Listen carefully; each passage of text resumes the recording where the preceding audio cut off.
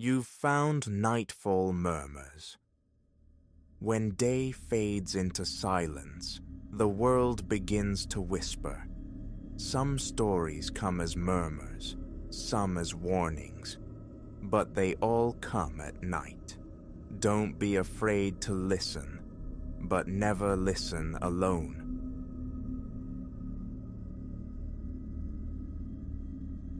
The unblinking eyes of the security system chronicled my arrival at the obsidian monolith known as the Apex Tower, 8:47 p.m. A fact I'd later verify, spooling through the digital archives, seeking rationale in the sterile playback for the night's unraveling. There I was, timestamp burning white. Elias Thorne, attaché case clutched like a shield, breaching the glass threshold, bound for the 23rd floor, and the crucial contract marooned upon my desk. A destination I would never reach. Too much devotion to the ledgers and loopholes. Miriam had sung that refrain often before her departure. This night seemed intent on proving her elegy correct. The scent of recent cleansing hung sharp in the air, an astringent ghost of ammonia that invariably provoked an itch within my nostrils, signaling the cleaning crew's completed passage. The solitary percussion of my leather soles marked my passage across the vast marble expanse of the lobby. Leo, the night guard, was absent from his station, likely tracing his circuitous route through the building's veins, or attending to personal needs. No matter. My keycard granted passage, and the document was my sole objective. Lobby illumination softened to its nocturnal configuration, casting long shadows, broken only by the crimson insistence of emergency exit signs. My footsteps clicked, metronomic, toward the bank of elevators, 4 silent sentinels of burnished steel facing me squarely. A summons, a soft chime answered almost immediately, and the third portal from the left sighed open, a whisper of hydraulics. I stepped inside, thumbing the illuminated 23. The air hung thick with Pine Sol's phantom sting and the faintest, unsettling trace of something stale, perhaps the lingering ghost of a forgotten lunch. The doors sealed me in with my reflection, a specter of exhaustion, hollowed eyes underscored by shadow, silver creeping invasively at my temples, my tie askew after 14 hours wrestling legalese. The very portrait of devotion to dissolution, the standard issue of the work-consumed divorce attorney. The indicator climbed, 4, 5, 6, and then, between floors, the primal awareness struck. Not a sound, not a shift in the air, but the ancient instinct screaming presence. That electric prickle crawling the nape, the tightening of scalp, the body's knowledge outstripping the mind's grasp. Someone stood behind me. Refusing the urge to whirl, my gaze locked onto the mirrored steel door. And there it was, a silhouette, tallish, draped in darkness that resolved into the suggestion of a suit, positioned just beyond my left shoulder, utterly motionless. Yet when my head snapped around, nothing, just the sterile confines of the lift, myself, my attaché case, and the low thrum of ascent. A hard blink, eyes refocusing on the reflection. The figure persisted, dark suit, ramrod posture, unmoving. But a swift, desperate scan of the actual elevator car confirmed its emptiness. My heart commenced a frantic hammering against my ribs. Beads of sweat bloomed on my forehead. I pressed myself back into the corner, attempting the impossible geometry of watching both the vacant space behind me and the impossible reflection that occupied it. Floor 12. The mirrored figure remained steadfast, details sharpened, masculine build, broad shoulders, head inclined slightly downward. The suit, black or perhaps the deepest navy. Hands hung limply at its sides. Yet, however I twisted or turned within the physical space, I remained utterly alone.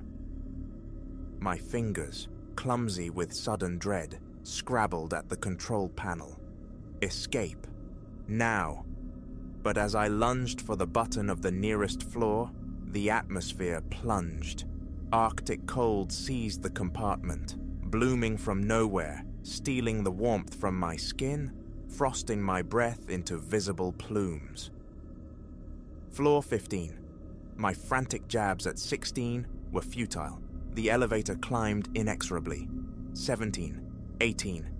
In the reflection, the shadowed head tilted, an agonizingly slow pivot upward.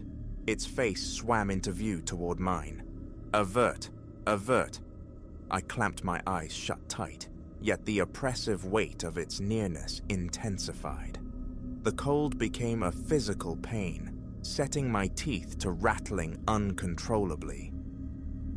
When I dared look again, the mirrored visage hung there, skin like bleached parchment, twin voids where eyes should be, a mouth stretched impossibly wide, gaping into sheer blackness. Still, the space behind me remained vacant. A strangled cry tore from my throat, ricocheting within the metal box, an agony to my own ears. My attaché case tumbled free as I hammered fists against the unyielding door, shouting incoherently for release. The ascent continued. 19, 20, 21. In the reflection, the presence glided closer, 2 distinct steps forward. It loomed directly behind my mirrored self now, those empty sockets fixed upon my reflected face. The cold had become an unbearable pressure, numbing my fingers, making each inhalation a sharp ache in my lungs. Floor 22. One more flight. I had to break free, had to survive this ascent into madness. In the mirror, a hand, pale, long-fingered, nails appearing black under the fluorescent glare, began its spectral ascent toward my shoulder. Every horrifying detail was visible in the steel. Yet on my actual shoulder, I felt nothing but that penetrating, bone-deep freeze. Ding. Floor 23. The doors commenced their agonizingly slow parting. I didn't wait for their full retraction. I forced myself through the nascent gap, a desperate extrusion of flesh and fabric, abandoning the case. Down the shadowed corridor, I fled, dress shoes skittering on the slick floor, hitting the stairwell door with the force of a collision. 23 flights descended in a blur of burning thighs and searing lungs, stumbling, catching myself, propelled by sheer, unadulterated terror. I burst into the lobby, a disheveled, hyperventilating wreck clad in a ruined suit. Leo, now back at his post, jumped at the sight of me. "Mr. Thorne, you all right?" Words failed me. A shaking finger pointed back toward the elevators. Leo, flashlight beam, cutting the dimness, moved to investigate. The third elevator from the left chimed softly. Its doors slid open onto emptiness, save for my attaché case resting precisely center floor. Later, huddled with Leo over the security monitors, we watched the playback. My entrance, my solitary ascent. The internal camera depicted a man alone, yet recoiling into corners, screaming at unseen horrors, battering the doors like a caged animal. A diagnostic overlay on the footage tracked the cabin temperature's steady plummet, from a mild 72 degrees Fahrenheit down to a glacial 34 during my vertical journey into nightmare. My resignation was tendered the following morning.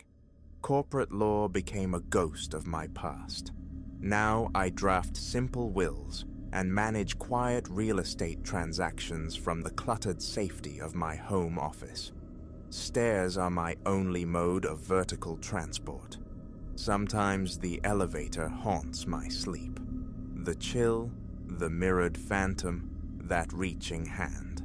But wakefulness is spent suppressing the memory, burying it deep. Until yesterday, sifting through forgotten digital correspondence, I unearthed a building management circular, dated 2 weeks prior to that night. An email, ignored then, celebrating the tower's 50th anniversary with historical footnotes.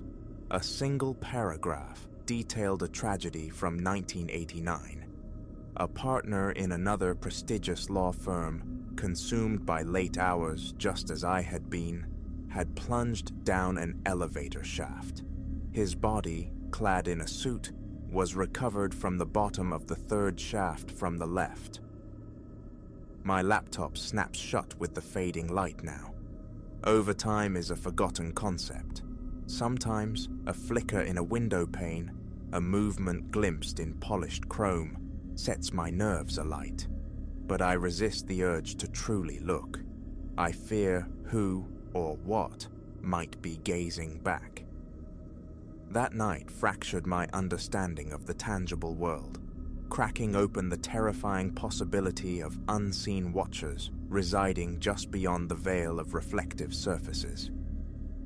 Was it truly the desperate lawyer's ghost in that elevator, or merely a presence borrowing his form, his narrative to manifest? Perhaps darker entities dwell within the mirror world, usually passive observers, but occasionally drawn to the isolated and the weary, in places where the partition between worlds thins with the late hour and exhaustion. The truth remains elusive, undesired. All I retain is the visceral memory, the reflection, the void eyes, the killing cold, the pale hand extending. All I know is the certainty that I will never re-enter that tower, and that every mirror in my home wears a shroud after dusk. Yet sometimes, in the deepest quiet of the night, the familiar dread returns. That prickle at the neck, the sudden, inexplicable chill, the absolute conviction of something standing just behind me. Each time, I fight the reflex. Eyes forward. Never acknowledge the reflection. Never meet its gaze. Just keep your eyes locked ahead and pray the doors open soon.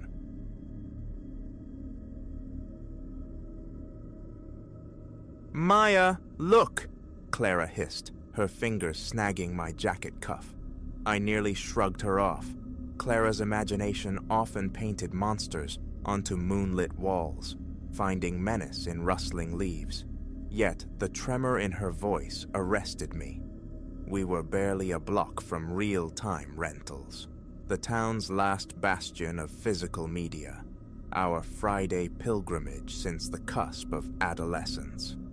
Now 16, the pavement beneath our feet was as familiar as our own reflections. "See what?" I murmured, easing my stride. Ahead, a lone street lamp sputtered, throwing distorted dancing shapes across the fractured concrete.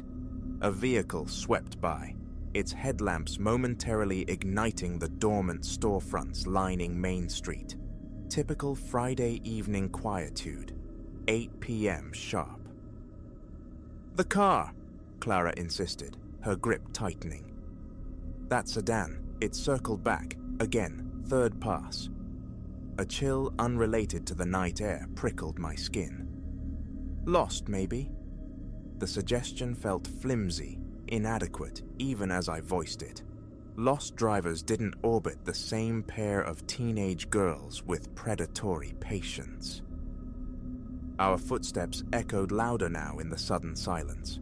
I found myself cataloging headlights. Crimson pickup? No. Family minivan? No. And then, yes, the obsidian glint of the sedan, cruising with unnerving slowness, a predator assessing its quarry. As it slid past this time, a fleeting impression registered. Solitary man, face shadowed, age indeterminate but not young. Keep moving, I instructed Clara, pitching my voice towards a confidence I didn't possess. Real time is just ahead. It'll be crowded. Fridays always drew a crowd, the very reason our parents sanctioned this independent trek. The sedan accelerated smoothly, gliding to the curb perhaps 50 feet ahead, directly in our path. The engine remained a low thrum.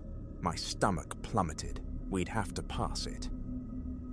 The driver's door swung open. A figure emerged. "Evening, ladies!" The tone aimed for neighborly, yet it scraped against my nerves like sandpaper. "Bit turned around here, trying to find Ash Avenue?" Ash Avenue?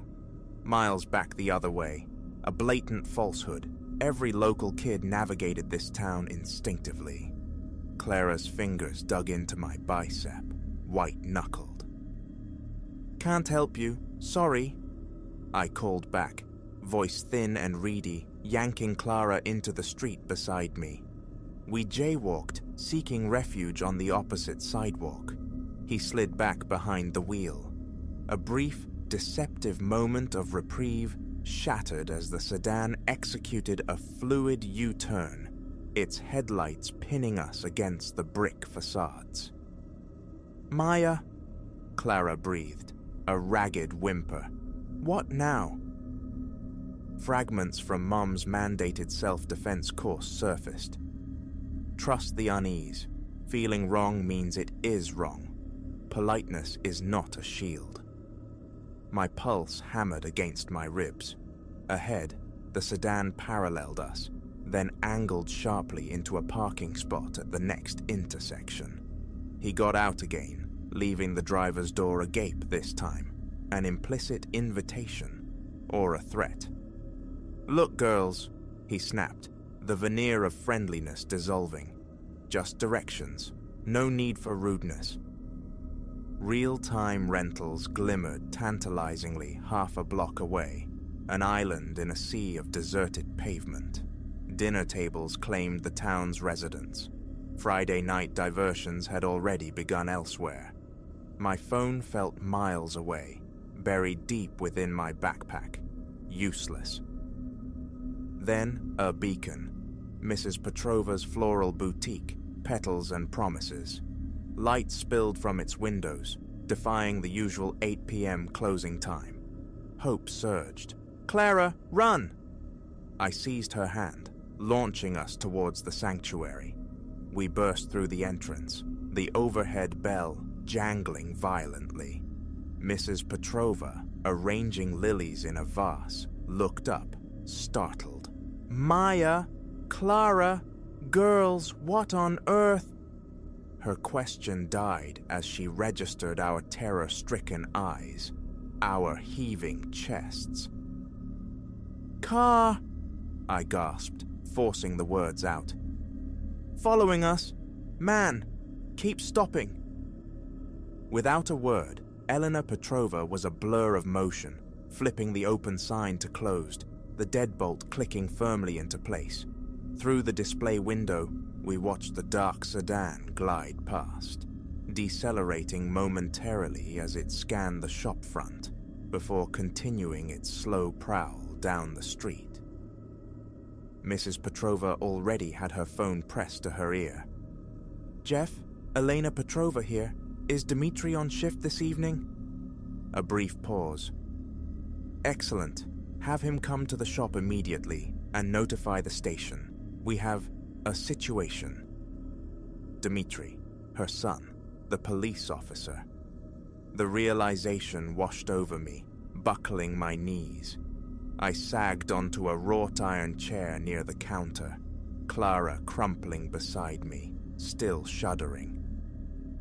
Mrs. Petrova pressed cool glasses of water into our trembling hands.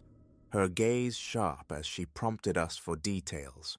The car's make, the man's appearance. She offered no skepticism, no placating suggestions of overreaction. She simply absorbed our fragmented account, her expression hardening. Within 10 minutes, the reassuring pulse of blue and red lights painted the shop window. Dmitry Petrova entered, his presence filling the small space. The sedan had vanished into the night, but Dmitry meticulously recorded our description, radioing in an alert. He insisted on personally escorting us to real time, waiting patiently while we numbly selected movies we wouldn't watch. "I'll follow you girls home," he stated firmly as we settled into the back of his cruiser. "And listen, from now on, call the shop before you leave home. Mom or I will keep an eye out until you pass." Later, huddled on Clara's sofa, the movie cases untouched beside us, the evening's events replayed in jarring fragments. Our parents, faces etched with worry when we recounted the ordeal, held us close, their fear overshadowed by relief and pride. "You listened to that inner voice," my mother murmured, her hug fierce. "You stayed sharp. You sought safety. That was brave." The following morning, a new sign graced Mrs. Petrova's window. "Safe space. Assistance available." Inspired, other Main Street proprietors followed suit, transforming the familiar commercial strip into a visible network of refuge. Police cruisers became a more frequent sight during evening hours.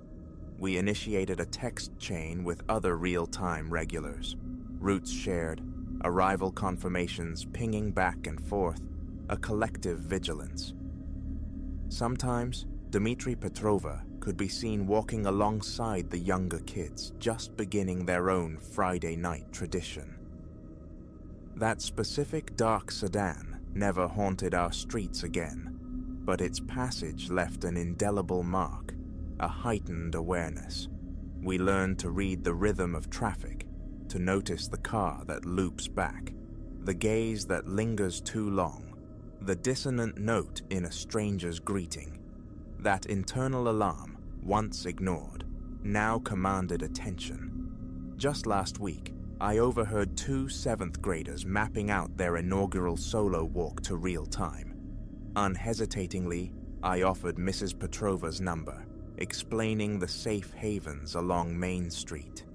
They offered the obligatory eye roll of nascent teenage independence, yet I watched them tap the digits into their phones. Some might label this hypervigilance, a fostering of fear, but I believe we're cultivating something far more valuable: the courage to trust intuition, the instinct to protect one another, the knowledge that safety often lies in community, and that shared security, that network of watchful eyes and open doors, is worth infinitely more than any film flickering on a Friday night screen.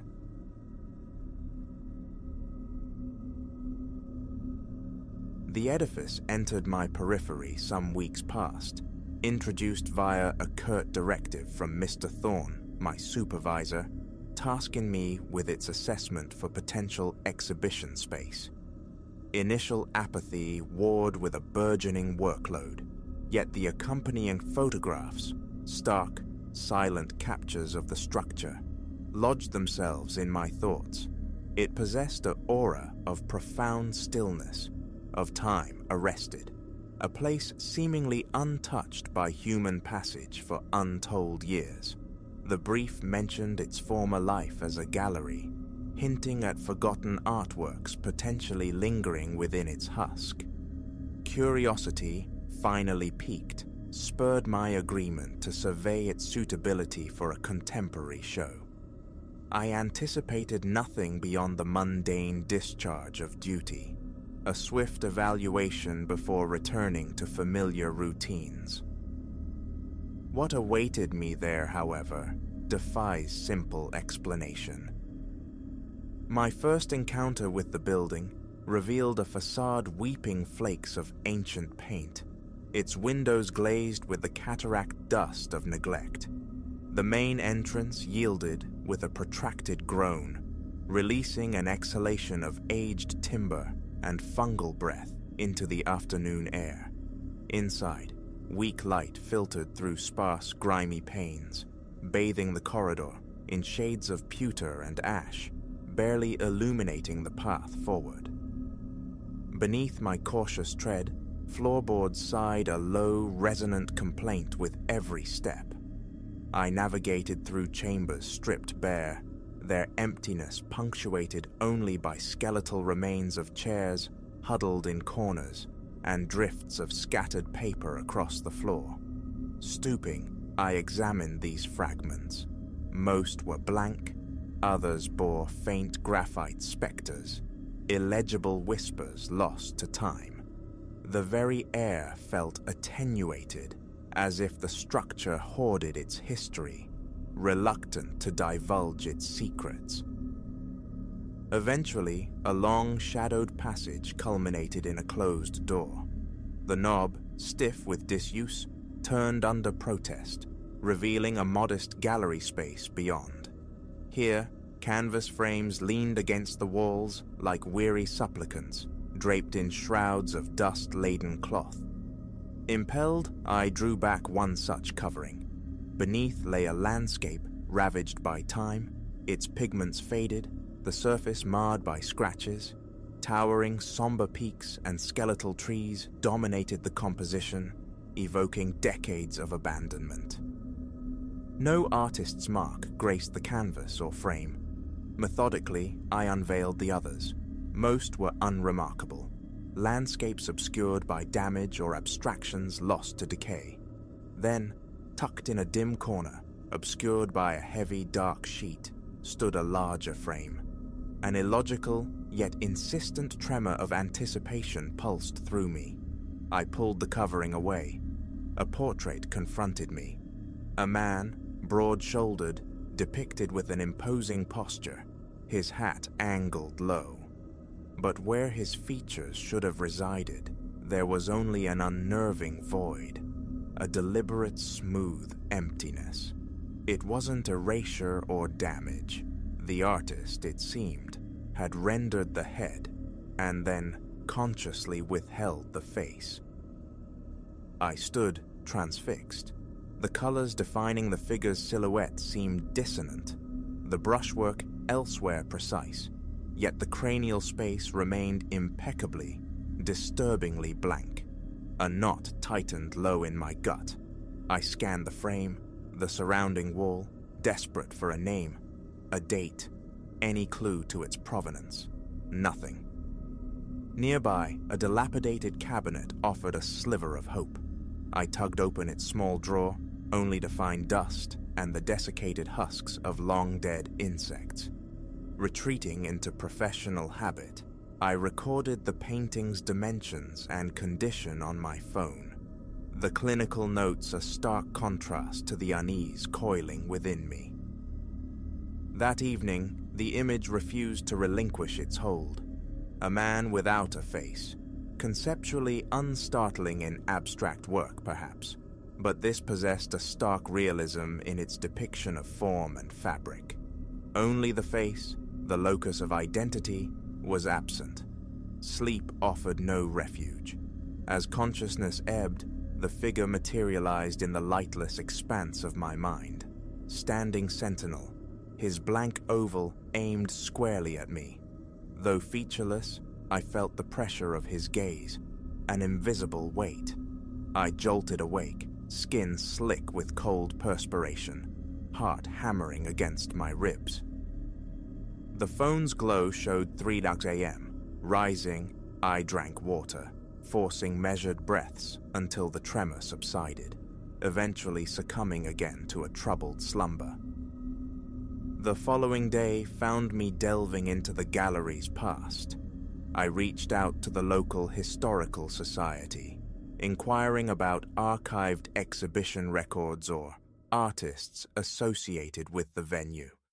Their response yielded scanned documents, meticulous lists of landscape painters, sculptors, portraitists of civic figures, but no mention, not even an oblique reference, to a faceless man. Online searches proved equally fruitless, a cascade of keywords: faceless portrait, anonymous gallery art, abandoned local exhibitions, leading only to dead ends. Frustration mounting, I resolved to return to the building, to complete my evaluation, and perhaps dispel the growing sense of disquiet. My second visit commenced under a sky bruised with cloud, the mid-afternoon light casting long, weak shadows. I made straight for the small gallery, the familiar protest of the floorboards accompanying my passage. Pushing open the door, I immediately sought the portrait. This time, armed with a flashlight against the deeper gloom, I directed its beam onto the canvas. A subtle alteration arrested me. The delineation of the man's ears seemed sharper, possessing a clarity I failed to recall from my initial viewing. The shading along the column of his neck, too, appeared more defined, more present. A peculiar sensation prickled my skin, as though the artist had returned in my absence, adding infinitesimal touches. Had I merely overlooked these details before? My notes mentioned only the blank face, nothing specific about ears or nuanced shadows. My pulse quickened. Tentatively, I touched the canvas. The paint felt cold, dry, inert, yet the difference persisted, undeniable to my own perception. A survey of the other frames confirmed their static state of decay. A creeping awareness of being observed intensified, despite the profound solitude. The groaning timber, the distant rhythmic drip of unseen water, these sounds seemed amplified, charged with unwelcome significance. Compelled to document the change, I captured several images with my phone, intending a comparison with the first set. Then, hastening my steps, I departed, the weight of the unseen pressing upon me. Nightfall brought the dream's inevitable return. The faceless man occupied the same void, but now a faint prominence emerged where his nose should be, a subtle bulge pushing against the blank canvas of his face. He turned his head fractionally, a slow, deliberate motion that sent tremors through my dreaming hands. A constricting band tightened around my chest, and I woke gasping, bolt upright in bed, drenched anew. My heart thrashed. Fumbling for my phone, I scrutinized the photos from the second visit. Zooming in confirmed it. The nascent curve of ears, indistinct yet present, marred the unsettling smoothness. Nausea surged. I abandoned any thought of further investigation that night, seeking refuge in the mindless flicker of late-night television until a fragile calm descended.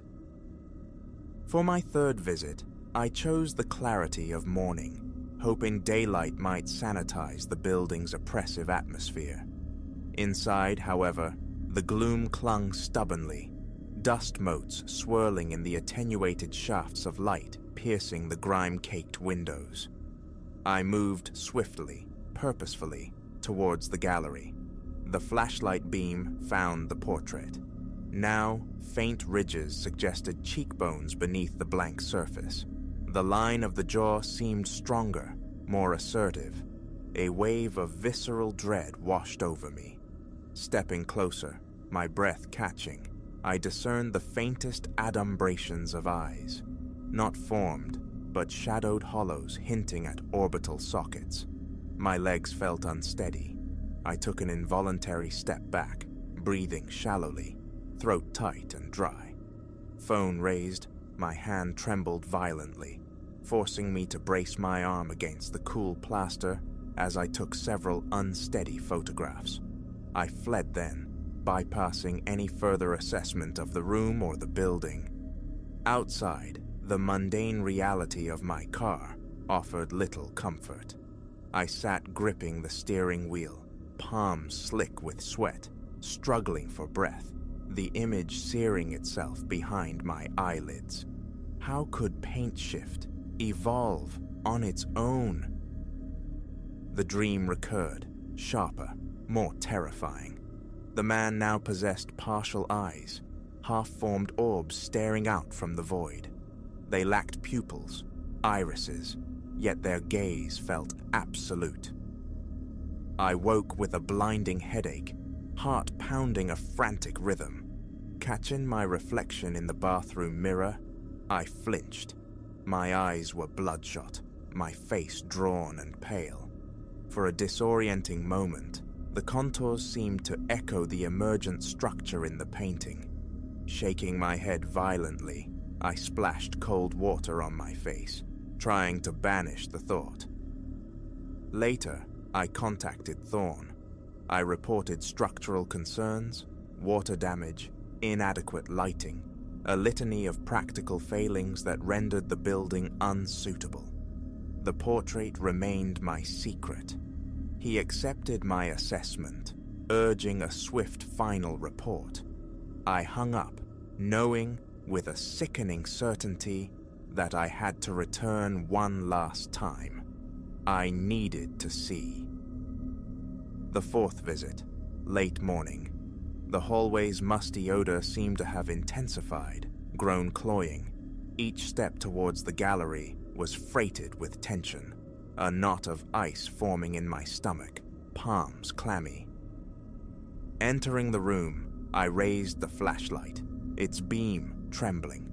The man's face was nearly complete, and it was mine.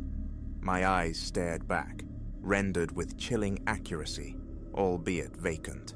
The shape of my nose, the set of my jaw, even the specific recession of my hairline, all mirrored my own features. The cold knot in my chest tightened, freezing my breath. A primal urge to destroy the canvas warred with a paralytic fear. I could only stand, rooted, breathing in shallow gasps. Raising my phone felt like lifting lead. The tremor in my hand was uncontrollable. I braced myself against the wall again, capturing blurred, frantic images.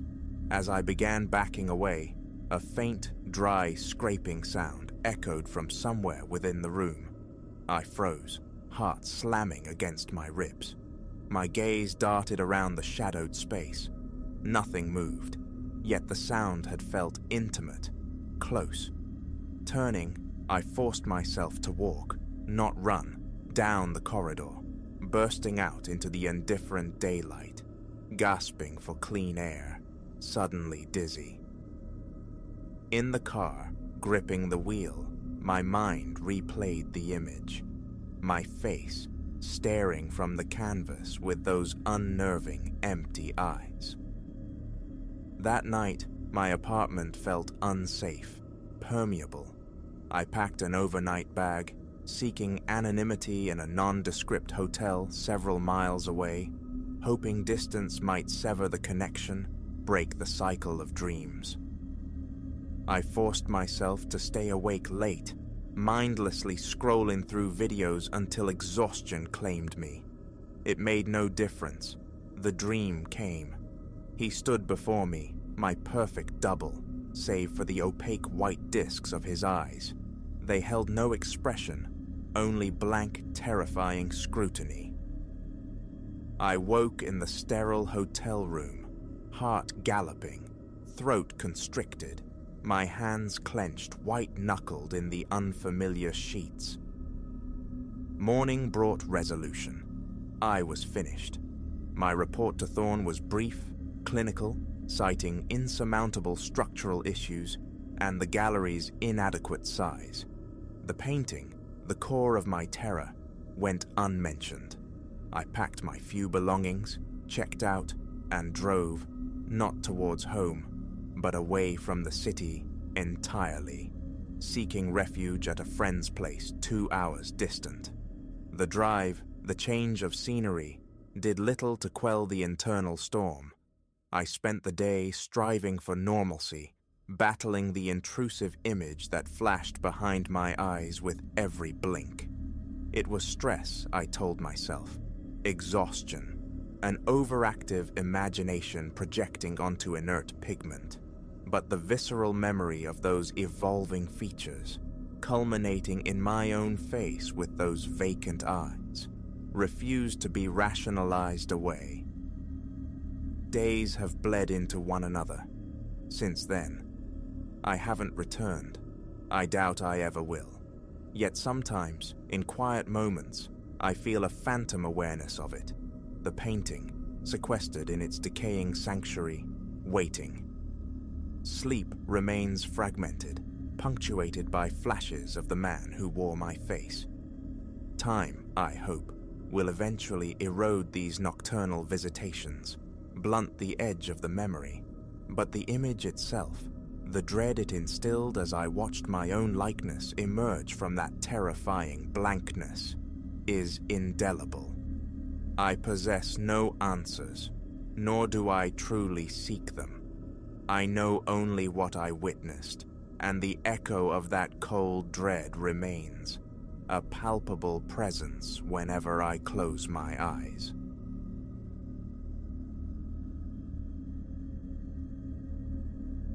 Dust motes danced like tiny phantoms in the single bulb's weak halo, the attic air thick with the scent of decay and forgotten things. My search for a derelict chair, a simple mending project, led me instead to a shrouded monolith in the furthest corner. Beneath layers of time-stained quilts, something immense lay hidden.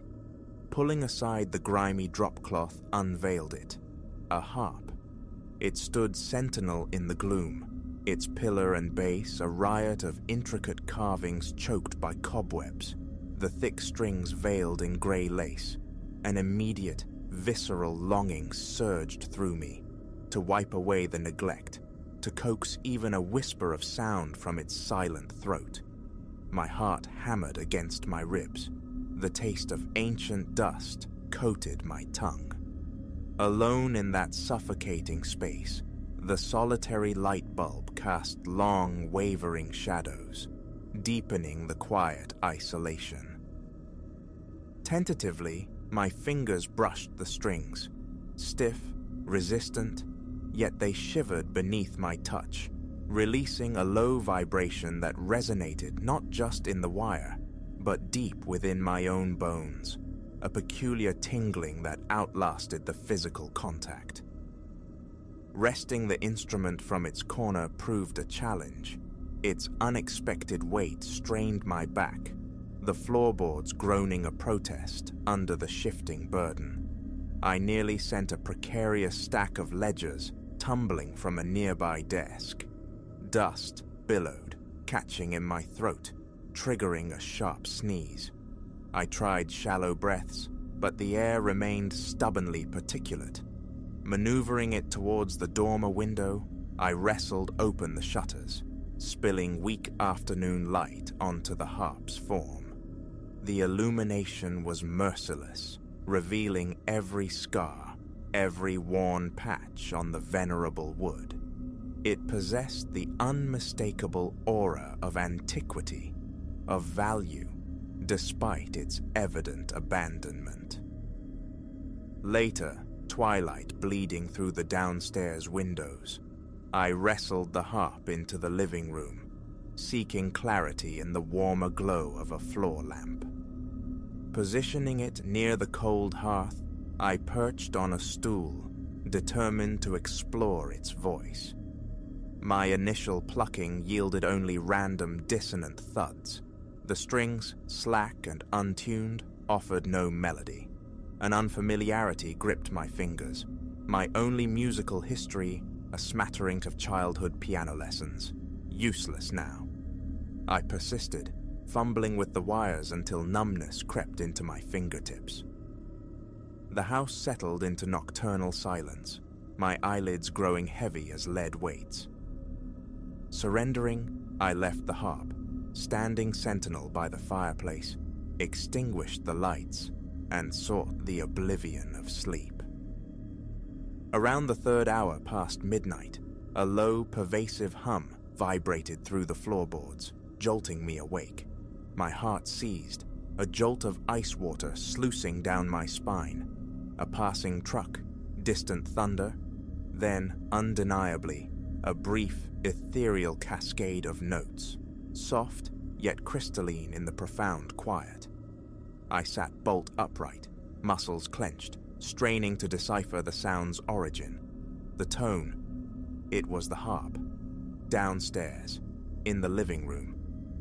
Slipping from bed, my bare feet recoiled from the chill of the wood floor as I crept towards the hallway, deliberately leaving the darkness undisturbed, my senses entirely focused on that impossible sound. Another sequence of chords shimmered in the air, then abruptly ceased. Pausing at the threshold of the living room, I peered into the shadows. The fireplace remained dark. Moonlight, filtered through the tall window, sculpted the harp's silhouette against the far wall. It stood perfectly still, yet the air around it felt charged, expectant.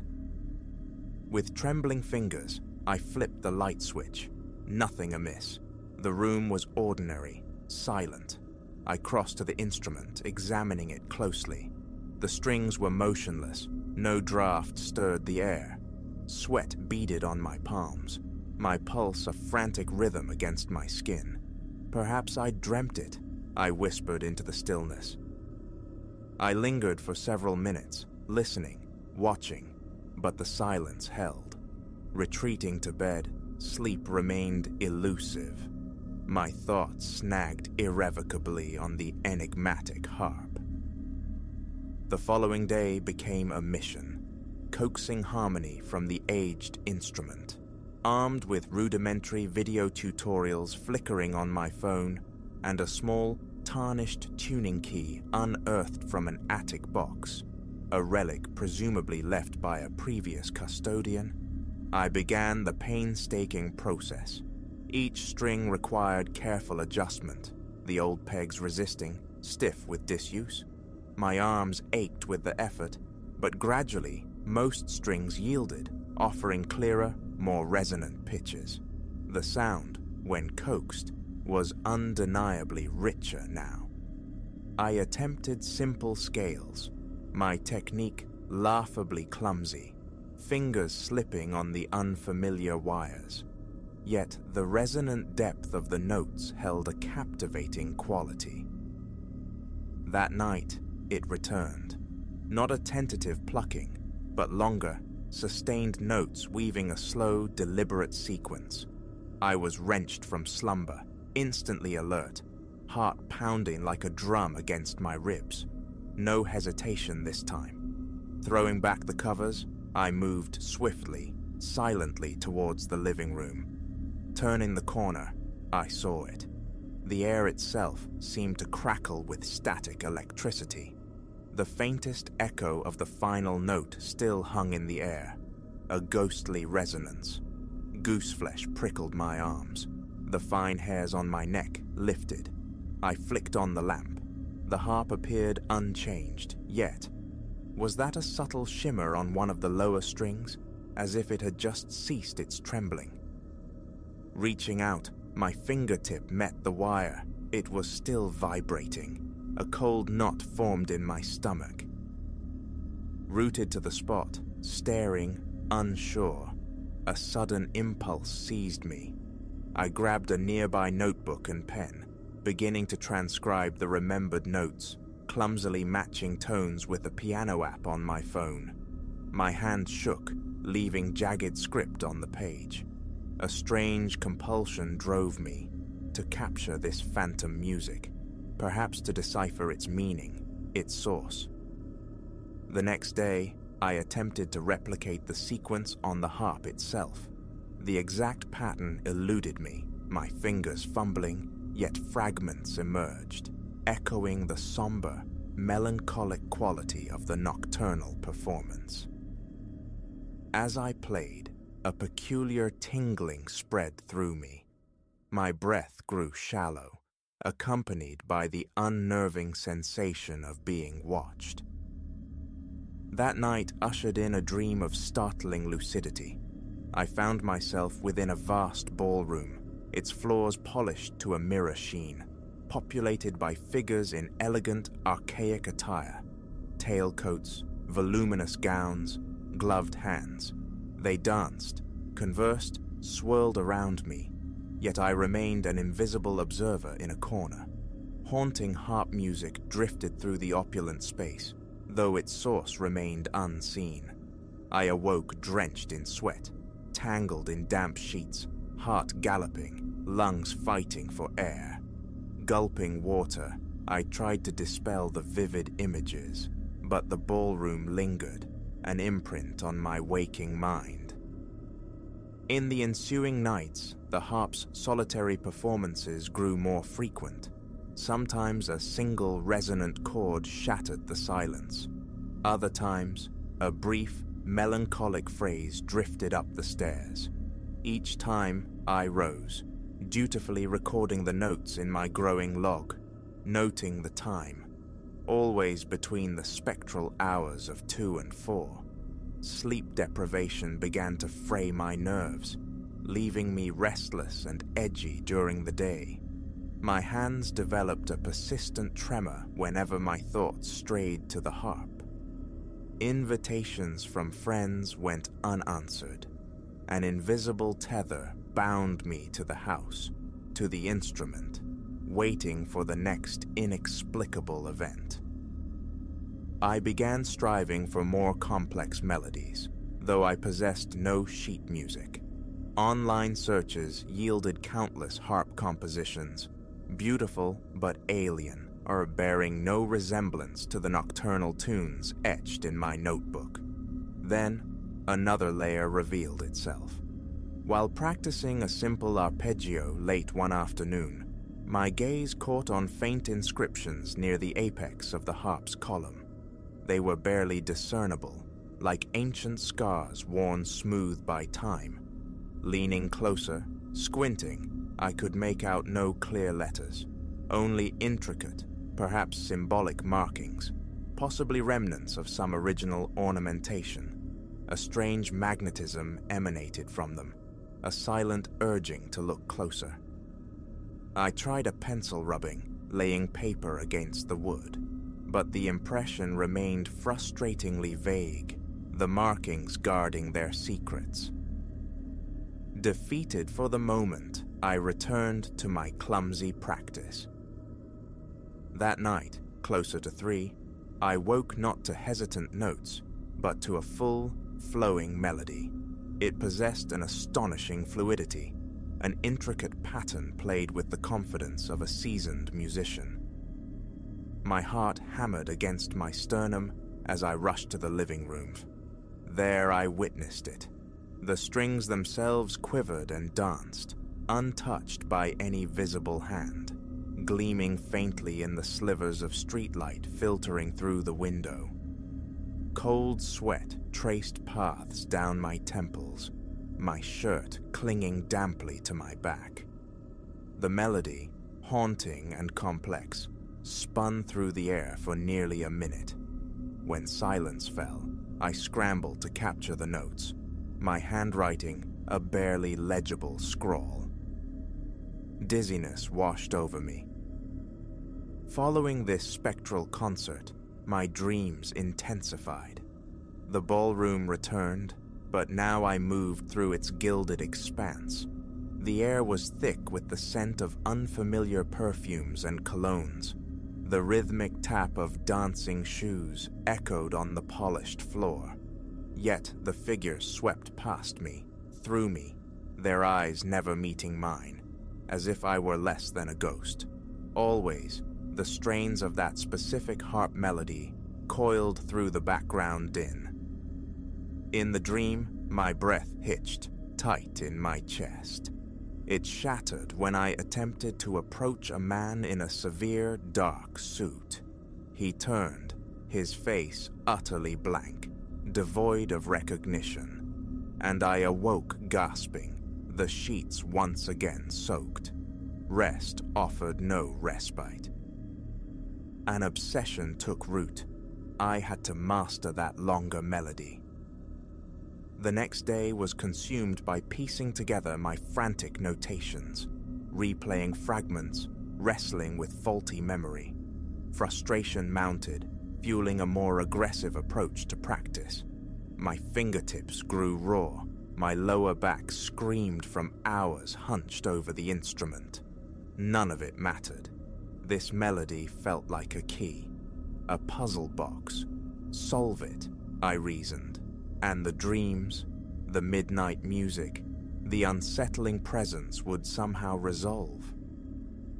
My world narrowed to the harp and the notebook. Chores lay forgotten, meals became hasty affairs.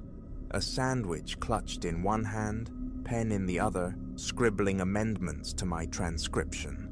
I stumbled over furniture, my mind perpetually elsewhere, tracing the sequence of chords. Sleep-starved eyes felt gritty and sore, my neck muscles locked in a permanent, painful tension. Hours were lost scrutinizing the harp, running fingertips over the wood, tapping, listening for hollow cavities or hidden compartments. Nothing. On the fourth night after hearing the complete melody, I managed, during the daylight hours, to play a recognizable rendition. The moment the final note faded, an intense compulsion drew my eyes back to the markings. Flashlight in hand, I directed the beam onto the faint etchings near the column's crown. This time, under the focused light, something shifted. Letters emerged from the whirls of wood grain. Archaic, unfamiliar script, part of a language I couldn't comprehend, yet undeniably. There. My mouth went dry. Vertigo tilted the room. I braced myself against the harp, and the wood beneath my palm felt distinctly warm, radiating a faint internal heat. My pulse surged, a frantic bird trapped in my chest. My hands trembled uncontrollably. That night, silence reigned. I waited, perched on the edge of the living room couch, eyes fixed on the motionless strings, nerves stretched taut. Nothing. Around 4:30 a.m., exhaustion finally claimed me. Instantly, the ballroom materialized. This time, I stood squarely in the center of the vast floor. The music emanated from somewhere behind me, familiar yet distant. Figures swirled past, oblivious. My attention snagged on a large, ornate mirror dominating one corner. An unseen force pulled me towards it. Closer, closer, until my reflection swam into view. It was me, yet not me, clad in the same formal, antiquated attire as the spectral dancers. Staring into those reflected eyes, a wave of pure panic crashed over me. I woke with a strangled cry, clutching a cushion, breath soaring in my dry throat. I stumbled to the kitchen for water, splashing my face in the bathroom sink, trying to wash away the lingering dread. The following day, driven by a relentless urge, I attempted the full piece once more. Halfway through, a strange luminescence seemed to emanate from the strings as they caught the sunlight.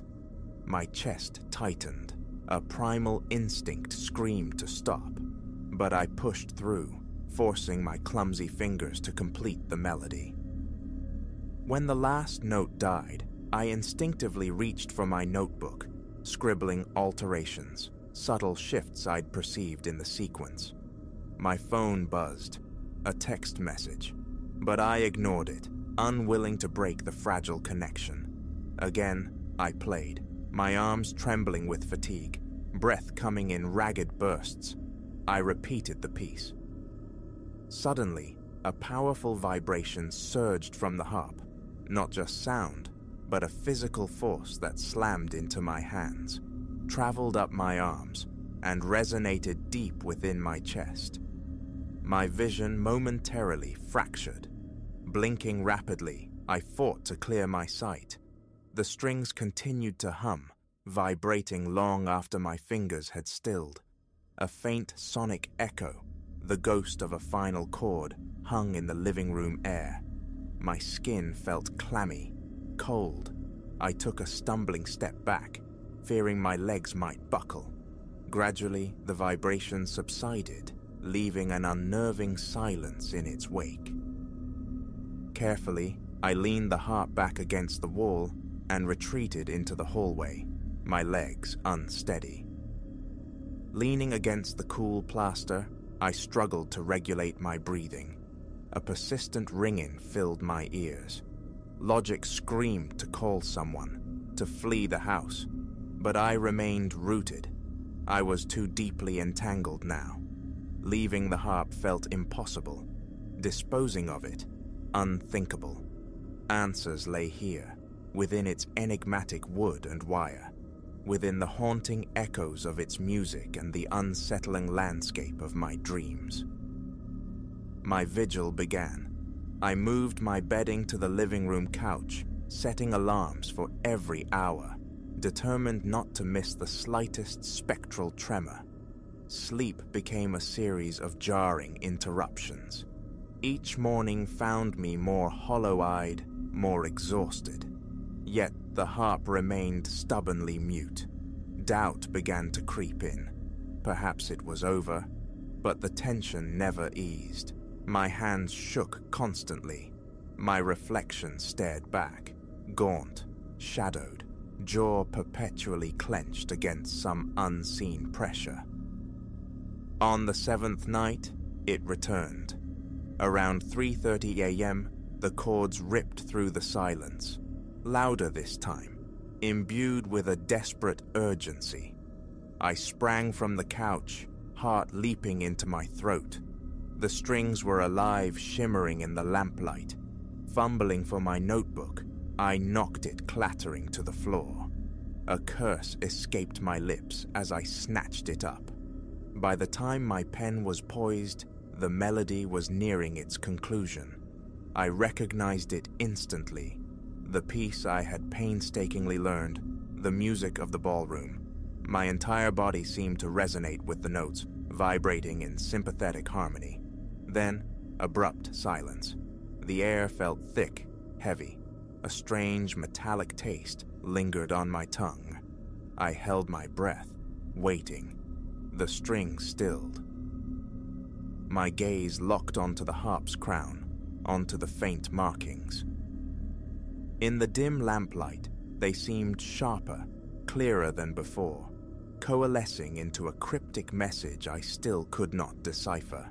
My stomach clenched violently. I realized my knuckles were white, gripping the pen with painful force. Setting it down, I reached out, touching the pillar with hesitant fingertips.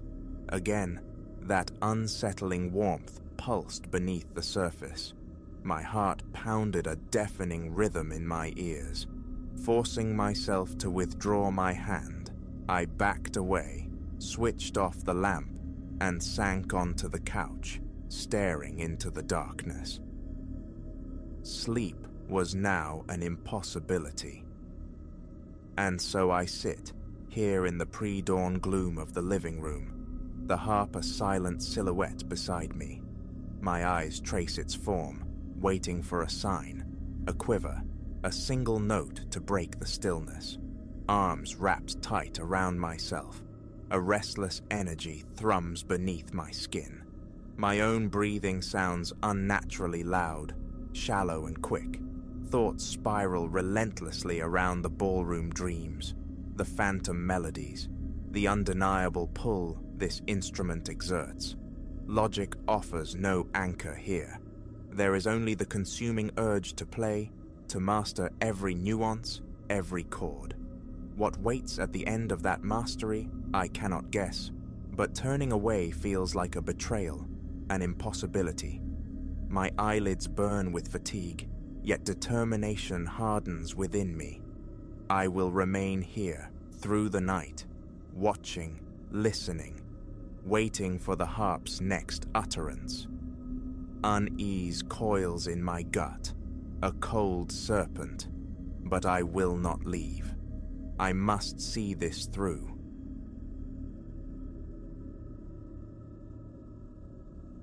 A sudden fracture in the woodland quiet, a twig yielding under weight, shattered the fragile piece. My hand stilled, the skewered confection poised above the hypnotic dance of flames.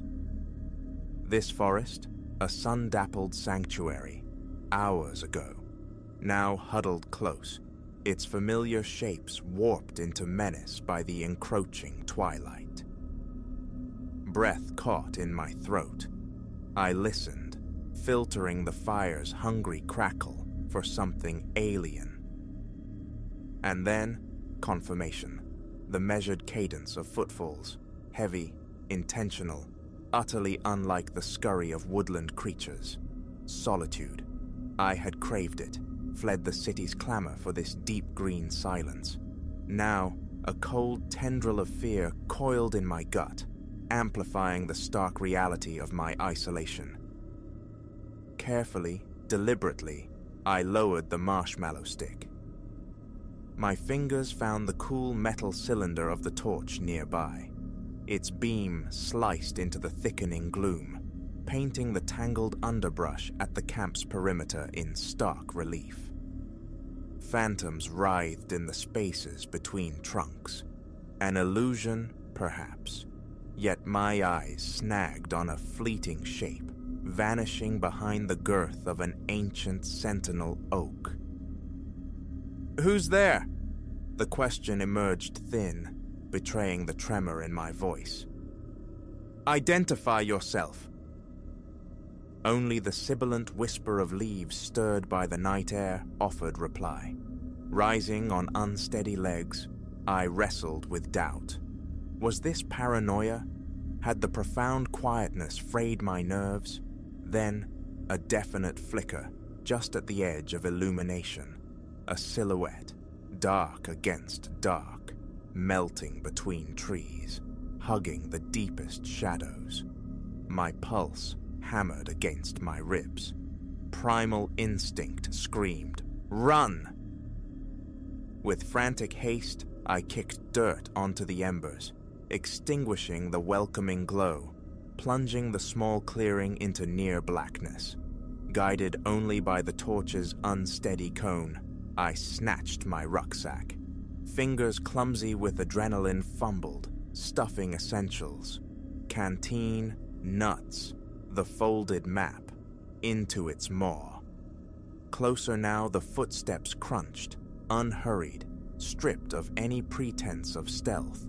Discovery was mutual. Pursuit was imminent. Leaving everything else, I bolted, plunging into the black embrace of the woods. The torch beam jittered madly, a frantic strobe illuminating a hostile world. Unseen branches lashed my skin. Roots clawed at my ankles like grasping hands. Sheer terror was my engine, driving me deeper into the labyrinthine unknown. An eternity compressed into minutes passed before ragged breaths forced a halt. Sagging against rough bark, I fought for orientation in the disorienting dark. Panic had been my compass. I'd fled without bearings, heedless of path or marker. The truth struck with physical force, utterly, terrifyingly lost. My hand scrabbled inside the pack. No map, no compass. Relics of my panicked packing left behind. The phone offered only a mocking, "no service," before its screen dimmed, battery bleeding away. Nearby, the sharp snap of wood underfoot. A choked gasp escaped me. Still here, still following. How? How in this impenetrable blackness? Caution abandoned, I launched myself forward again. Why bother with stealth? My pursuer tracked me as if I blazed like a beacon. Lungs scorched, Muscles screamed protest, yet dread outran exhaustion. Abruptly, the solid earth vanished. A vertiginous plunge. Down a sharp incline. A frantic tumble through scratching foliage and damp soil. I landed hard at the base. Air punched from my body. Stunned, gasping, I lay amidst the leaf litter. Then, above me, the distinct sound of careful descent. Someone navigating the slope I had just unwillingly conquered. Panic surged anew, lending improbable strength. I hauled myself upright, a sharp agony flaring in my ankle, and hobbled onward. Ahead, a break in the canopy. A small, circular clearing, cradled by trees, opening onto a breathtaking vista of diamond dust stars scattered across velvet black. A scene of profound beauty, utterly lost on my terror. My torch sputtered, its beam paling to a fragile ghost. A frantic shake yielded nothing. Darkness rushed in, absolute save for the faint, cold gleam of the cosmos. At the clearing's edge, the definitive crack of a branch underfoot. I pivoted, eyes straining against the gloom, pupils wide. A shape detached itself from the deeper shadows of the tree line. A silhouette, stark against the star-dusted void. "What is it you want?" The cry tore from my throat, hoarse with adrenaline and fatigue. The silhouette advanced a single pace. A low, resonant voice answered, cutting through the night air. "I want only for you to listen." Instinctively, I retreated, palms raised defensively. "Keep your distance, I'm armed." A desperate, flimsy lie, my only shield. The figure halted, now closer, undeniably male. "No," he stated, the words surprisingly soft, devoid of menace. "You possess no weapon. You abandoned your gear back there." He raised a hand, something within it catching the faint starlight with a metallic wink. "Including this, my utility knife." Ice formed in my stomach. He'd been there, searched my belongings. How long had unseen eyes observed me? "Who are you?" I demanded, striving for composure I didn't feel. "What is the meaning of this chase?" He advanced again, his form resolving slightly in the dimness. Tall, solidly built, clad in dark hues that merged with the night. A beard shadowed his lower face. A cap obscured the rest. "My identity matters little," he countered. "What matters is your presence in these woods, Alara." The world tilted. My name, spoken in this wilderness by this stranger. How? How do you know my name? He anticipated the question. "I know a great deal about you, Alara. I know you seek refuge here, that you're fleeing something or someone." My thoughts spun wildly. A detective? Sent by Marcus? As if intercepting the frantic query, the man gave a slight shake of his head. "Your former husband has no part in this. I assure you I'm not employed by him." He paused. "My purpose here is to offer aid." "Aid?" A brittle laugh escaped me, sharp-edged with hysteria. "You offer aid by hunting me through a lightless forest?"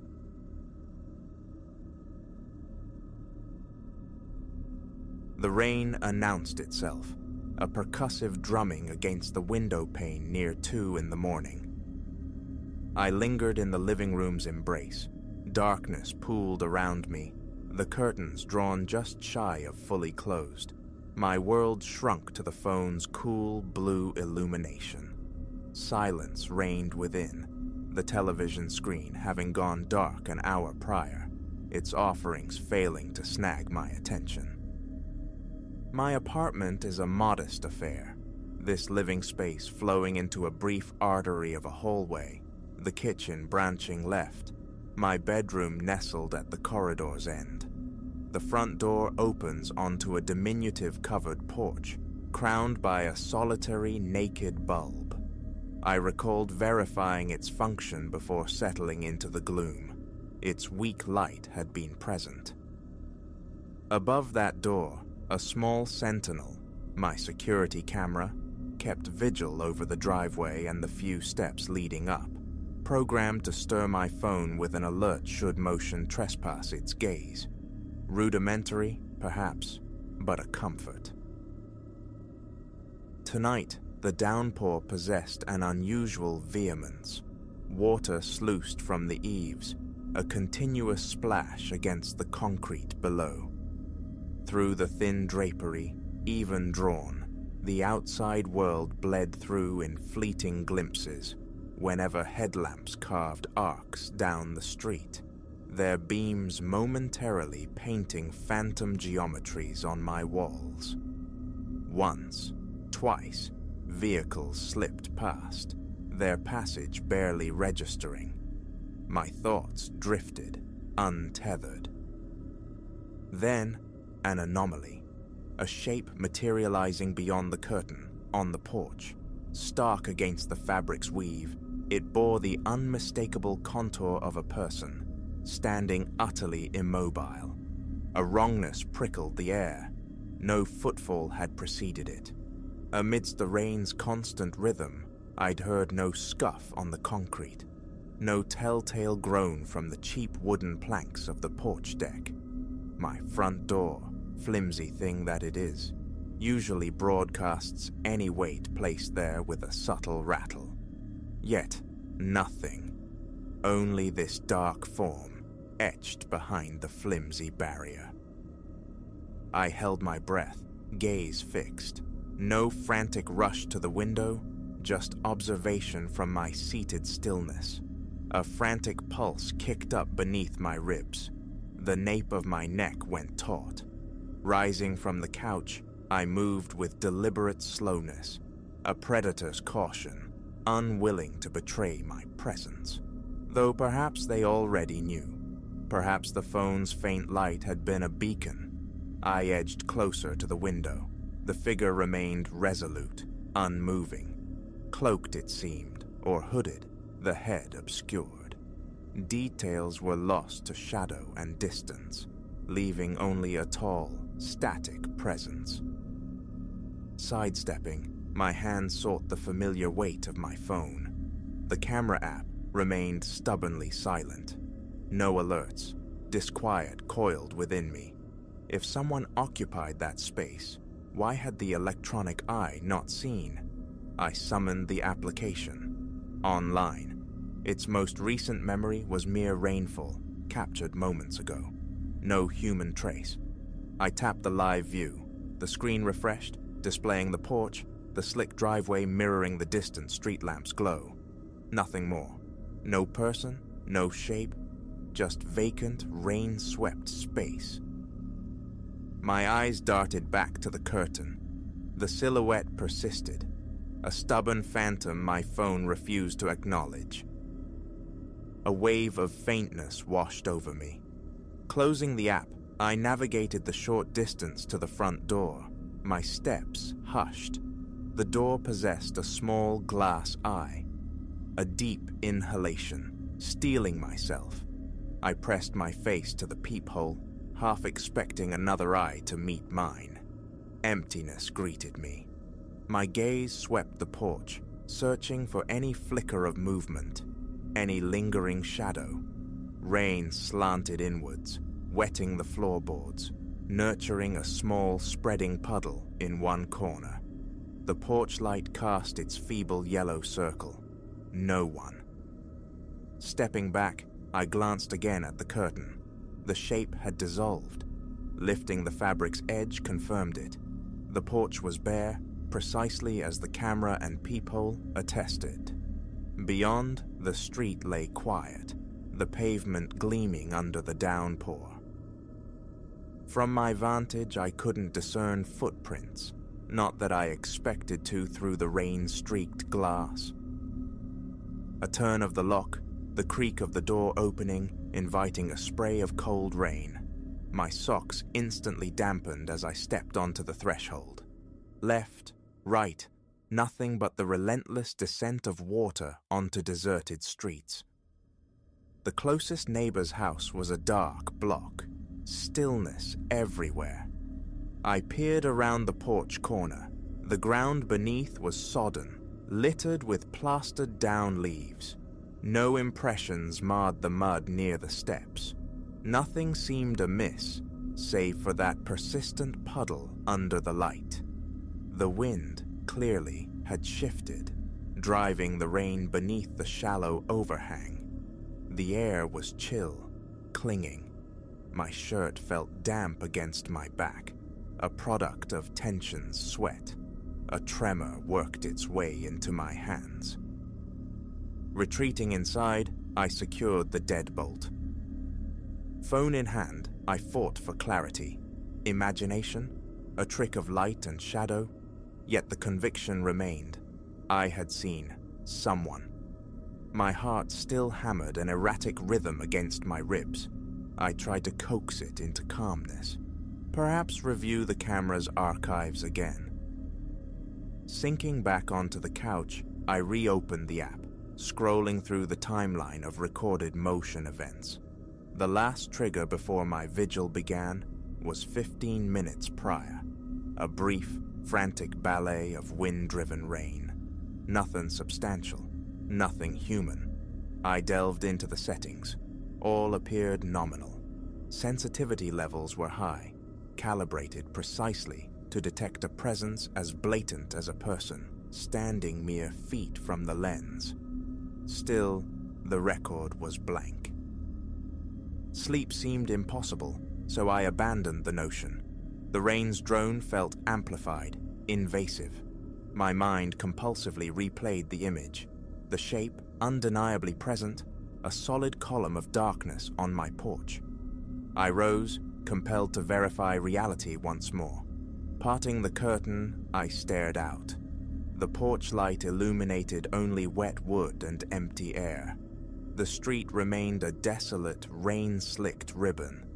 I began to pace the confines of the living room, frustration mounting. What recourse was there? Calling the authorities felt absurd.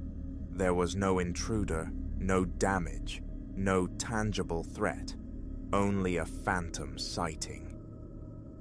Logic offered flimsy possibilities. Someone had stepped onto the porch, lingered briefly, then departed unseen. The camera, prone to occasional lapses, missing a delivery driver, a neighbor passing too swiftly, might have simply failed. A glitch. Yet that didn't reconcile the profound disconnect. Seeing the figure so clearly through the curtain, only for it to evaporate in the instant it took to reach the peephole. Driven by a need for grounding, I examined the front door itself. Handle secure, deadbolt thrown, solid. The rain provided its steady, monotonous soundtrack. I strained my ears for any alien sound, a footstep squelching in the saturated yard. Silence. Side windows, locked. The backyard gate, latched when I last checked. No objective reason suggested intrusion or lurking danger. And yet, the unease clung, a damp shroud. Seeking distraction, I made instant coffee. The ritual, a small anchor in the late hour. Boiling water, stirring the dark powder, sipping the scalding liquid while standing sentinel in the kitchen doorway. My gaze kept returning to the living room, half expecting the silhouette to reappear against the curtains. Only furniture and the faint streetlight glow met my eyes. Coffee mug in hand, I returned to the window, pulling the curtain fully aside now, staring unabashedly at the porch. Rain hammered the roof in dull thuds. The weak bulb cast its jaundiced glow. My attention fixed on the puddle. It had grown, fed by a persistent drip from the porch roof's edge, tiny ripples disturbing its surface. I watched, transfixed, for perhaps 10-15 minutes. Nothing stirred. Eventually, the coffee cooled. I set the mug down. One more check of the camera. Tapping the icon, the live feed blinked onto the screen. Vacant porch, empty driveway, the slumbering house opposite. All ordinary. I scrolled the motion clips again. Rain bursts, a car passing an hour earlier.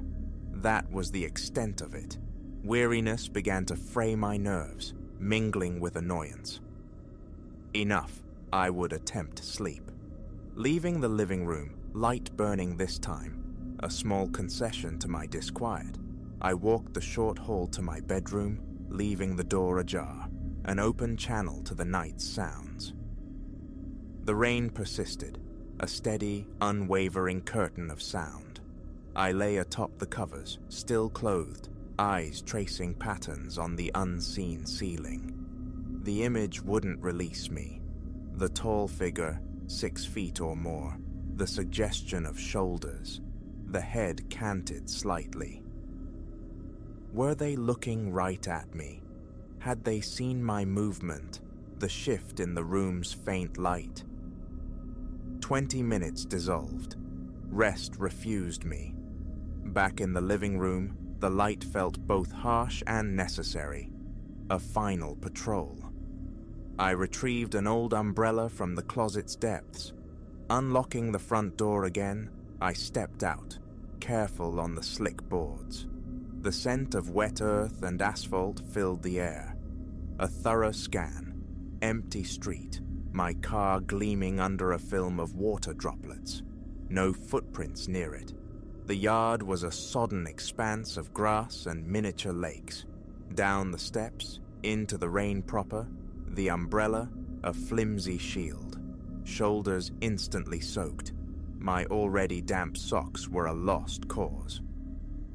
I circled the house, phone flashlight beam cutting through the darkness, illuminating nothing but drenched grass and scattered sodden leaves.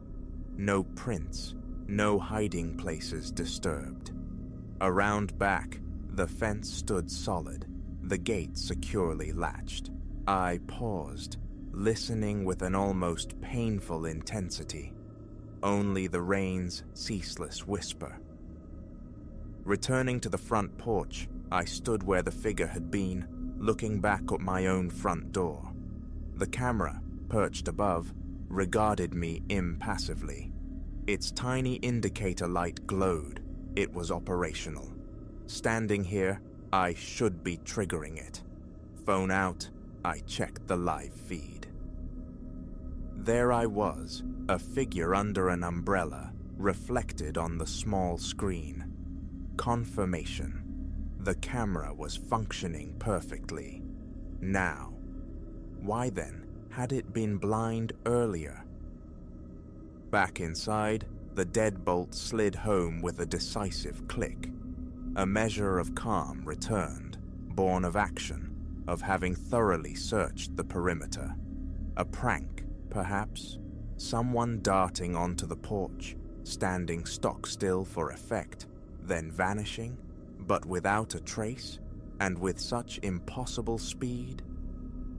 I resolved to wait out the remaining darkness.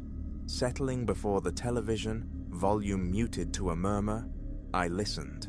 The rain showed no sign of abating, a steady, heavy drumming that marked the slow passage of time. Around 4, another glance out the window revealed only the familiar, empty scene. Exhaustion finally began to outweigh apprehension. TV off, living room light still on, I retreated to bed. Lying there, the rain's rhythm finally felt less like a threat, more like a lullaby. My pulse was even, my breathing slow. Calmness settled. Perhaps it had been imagined. I replayed the moment, trying to dissect the memory. just a shape, no features, no color. Could it have been a complex shadow cast by passing headlights, distorted by the curtain folds? I had seen those light plays before. Maybe a bush or some debris momentarily assumed a human form in the deceptive gloom. Sleep claimed me in fragmented bursts. Dawn arrived with silence. The rain had ceased. The room was still. First light filtered through the window. I rose and went immediately to the porch. It was merely wet, cleansed by the night's deluge. Fetching paper towels, I knelt and absorbed the puddle, erasing the last trace of the storm's intrusion under the light. The air outside was crisp, smelling of rinsed earth. The street looked ordinary. Neighbors emerged, beginning their days. A nod exchanged with one. He offered no comment on any nocturnal disturbances. I volunteered nothing. Checking the camera feed on my phone in the clear morning light showed perfect function. It had recorded my umbrella excursion, my puddle drying efforts, the neighbor walking his dog. Scrolling back to the precise time. Nothing. Just rain. An impenetrable blank where the figure should have been. No explanation ever surfaced.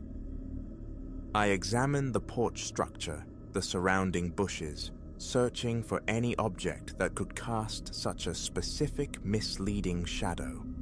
Nothing matched the stark, upright form I'd witnessed. I considered the camera's sensitivity settings again. A glitch remained possible. A blind spot, perhaps, though the porch offered little cover. I chose, eventually, to simply let it rest. I ate breakfast, changed clothes, submerged myself in the day's routines. But the porch holds a subtle tension now. Every glance towards it carries an echo of that shape. Solid, still, utterly silent. Seen through the curtain, denied by the leans, vanished by the peephole, seen only by me. That is the entirety of it. An insoluble knot of memory. A figure standing sentinel in the rain, then gone without a whisper. No answers arrived, and nothing like it has happened since. Not yet.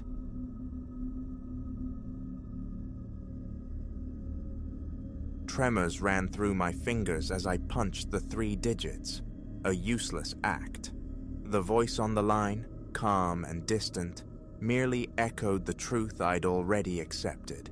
Phantom footfalls, untraceable sounds, weren't emergencies. But this story doesn't begin with that futile call. It begins 3 weeks prior.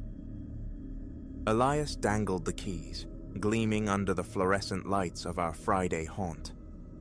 Just keep the ferns green and the mailbox empty, he'd offered, his tone just a shade too casual. He spoke of his new acquisition in Oakwood Heights, that fresh scar of suburbia, off Route 16. An invitation. Use the cinema screen, plunder the stainless steel fridge. A month of borrowed luxury. Why did I sense a current beneath the surface? Elias needing a sitter? Unprecedented. Yet the lure of escaping my own cramped existence, the promise of sprawling quietude, silenced my nascent questions. Tranquility reigned for the initial days. Elias's place, a low-slung ranch mirroring its identical neighbors, bland facades of beige vinyl and stark black shutters guarding 2-car moors, belied an interior of sleek modernity. Polished wood gleamed underfoot, stone countertops reflected the recessed lighting, and the monolithic television commanded the main room. My routine settled. Remote work, fueled by fiber optics, solitary meals in the gleaming kitchen, evenings swallowed by the glow of the oversized screen from the embrace of a vast leather sofa. The quiet was profound, a vacuum compared to city life broken only by the whisper of conditioned air. An adjustment, yes, but welcome, or so I thought. Then, October 12th, a Tuesday. Midnight struck, the digital clock glowing confirmation as the final scene of some lauded horror flick faded. That's when I heard it. Not the groan of settling timbers, not the sigh of plumbing. Footfalls, unmistakable. Someone walking, measured and slow, heel striking toe on the polished floorboards just beyond my bedroom door. Each step resonated, my muscles locked, breath seized in my chest. I lay pinned to the mattress, eyes fixed on the door, ears straining. Step, step, step. Closer. Until they paused directly outside. Silence stretched, thick and suffocating. 10 heartbeats, 20, 30. A strangled gasp escaped me as I lunged for my phone, its beam slicing the dark as I tore the door open. Nothing.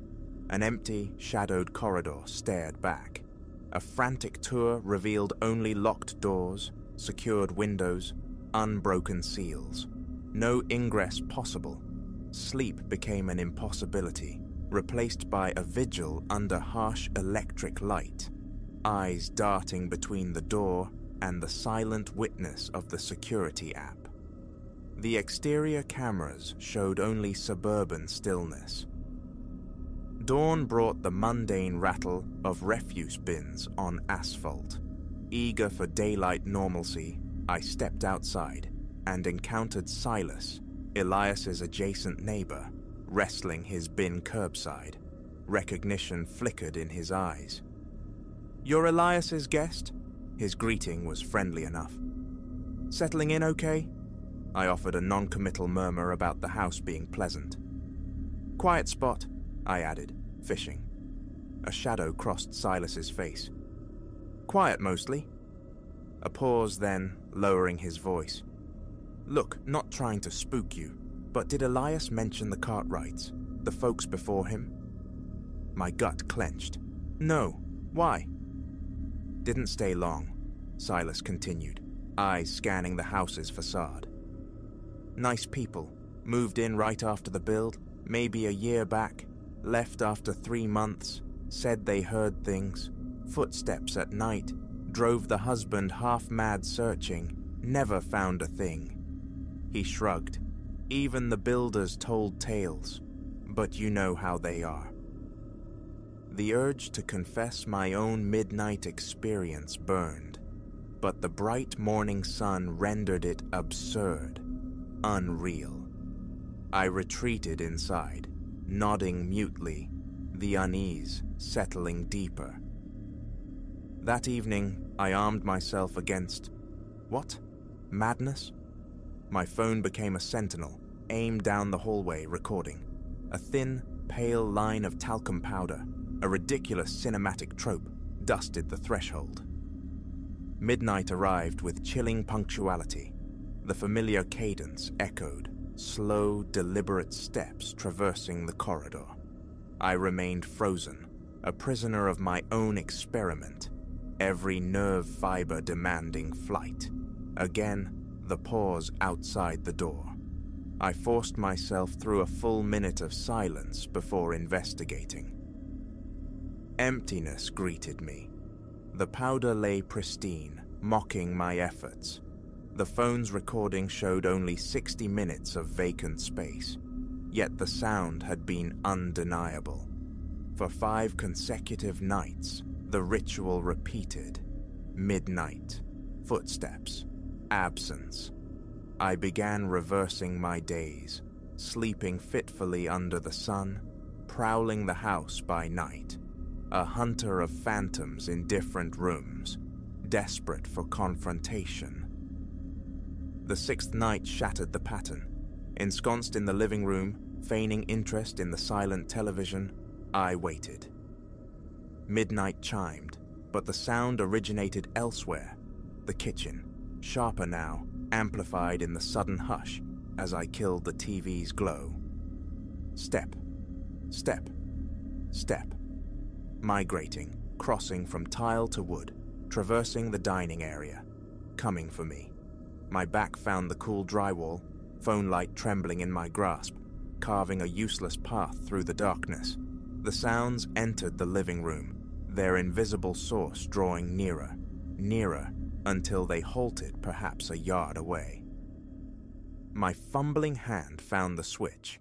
Light exploded, banishing shadows, revealing precisely nothing. Just Elias's immaculate furniture, serenely indifferent.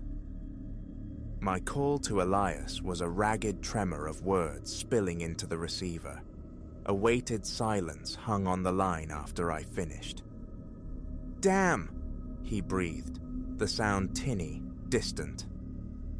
I should have said something. Honestly, I hope the Cartwrights were exaggerating, maybe trying to break their mortgage, or it was just house noises, pipes, settling. "You knew?" The accusation hung heavy. "Disclosure," he admitted reluctantly. Realtor had to mention it, not just the Cartwrights, 3 families before them, way back when it was just fields out here. Same story every time. Midnight steps, gone within months. Developers snapped up the land cheap, scraped the old place clean, built this development. Got a steal on the house because of the history. I figured it was just folklore. A cold question formed. "Have you heard them, Elias?" Another pause, longer this time. "Yeah, once. The night before I asked you to stay." His voice dropped. "That's the real reason I took this trip. Couldn't face another night alone there." Logic screamed retreat, pack, flee to my familiar apartment, hotel anonymity, anywhere but here. Yet a stubborn knot of defiance, perhaps morbid curiosity, anchored me. Why run from something unseen? The subsequent nights brought a terrifying intimacy. The footsteps grew audacious, no longer confined to the hallway or a single path. They sought me out, wherever I huddled, sometimes halting inches away, a palpable absence, sometimes circling me, a slow, invisible patrol. One night, they shadowed me relentlessly, room to room, for what felt like an eternity. My countermeasures grew desperate, bordering on the absurd. Lines of salt, icons scavenged from memory, cloying sage smoke, electronic eyes blinking uselessly in the dark. Futile gestures all. The presence remained, undeterred. Last night broke me. I stood in the kitchen's sterile glare near midnight, assembling a sandwich, a mundane act against the encroaching dread. They began early, 11:45 p.m., and they were not alone. A faint click from upstairs, a door, then another, and another. A soft cascade of footfalls descended the staircase, multiplying, spreading through the ground floor like spilled water. Tap, tap, tap, shuff, shuff, step, step. The sounds converged on the kitchen. The knife slipped from my grasp, clattering against the granite. They were all around me, an unseen crowd pressing close, dozens of spectral feet pacing Elias's expensive flooring. That's when I made the call, the tremor in my fingers now a full-body quake.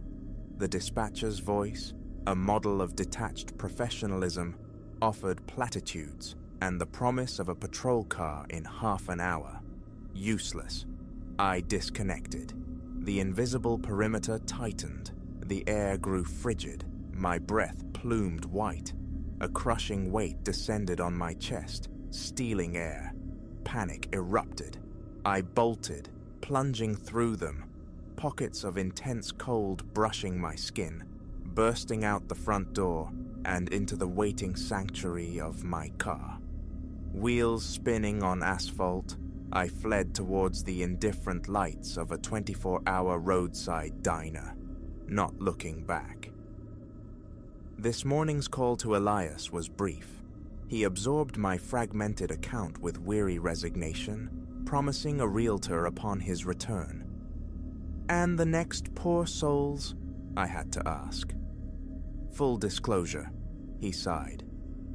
But it won't matter. Someone will bite. Someone always thinks they're different, immune, just like us. A chilling finality laced his words. And the steps, they just keep walking, don't they? Every night, searching. Now, back in my own cramped space, midnight approaches. Above, the familiar thuds and scrapes of my neighbors echo through the ceiling.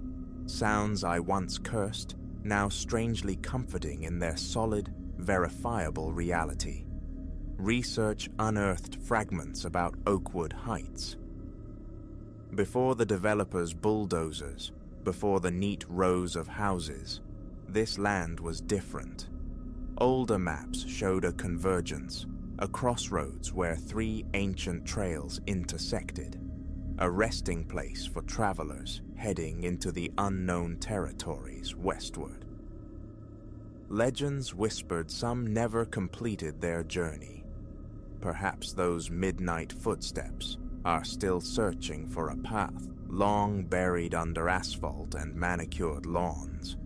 Or perhaps their quest is for something less tangible, something lost or stolen in the erasure of their time. I cannot know. I only know that tonight, in a pristine house built on troubled earth, invisible feet trace paths across polished floors. And soon, very soon, someone else will hear their lonely pilgrimage. History, it seems, has a way of repeating its steps.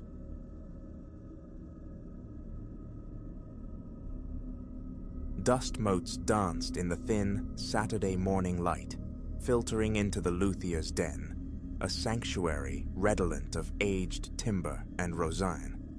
My own throat felt raspy, scraped raw by a night devoid of sleep, a restless vigil spent chasing the elusive phantom of inspiration for a new composition. Violins, violas, cellos, scarred veterans of countless performances, lined the walls like patient sentinels. Somewhere in the shadowed recesses, a small heater offered a low, persistent thrum against the intermittent flicker of the overhead fluorescent tubes. My gaze drifted, a hungry instrument itself, scanning shelves laden with possibility, seeking a spark. A scattering of boughs rested against a counter marred by time and use. And then, tucked away on a rack near the back, it caught my eye. A violin, worn yet distinctly different. Its varnish possessed a subdued luster, matte rather than gleaming. Intricate carvings adorned the neck and back, precise yet somehow alien, minute swirls and symbols whose meaning remained stubbornly obscure, even as I narrowed my eyes against the distance. A peculiar tingling awoke in my fingertips, an urgent desire to bridge the gap, to feel its form in my hands. I navigated the cluttered space toward the proprietor, Mr. Abernathy, an elderly gentleman whose spectacles magnified eyes, accustomed to minute detail, his jacket a testament to his dusty trade. "I'm searching," I began, my voice still thick with sleeplessness, "for an instrument with resonance, something with a past." He peered at me, offered a slight, non-committal shrug. "Feel free," he gestured broadly. "Try whichever calls to you." My path was already set. I lifted the peculiar violin from its perch.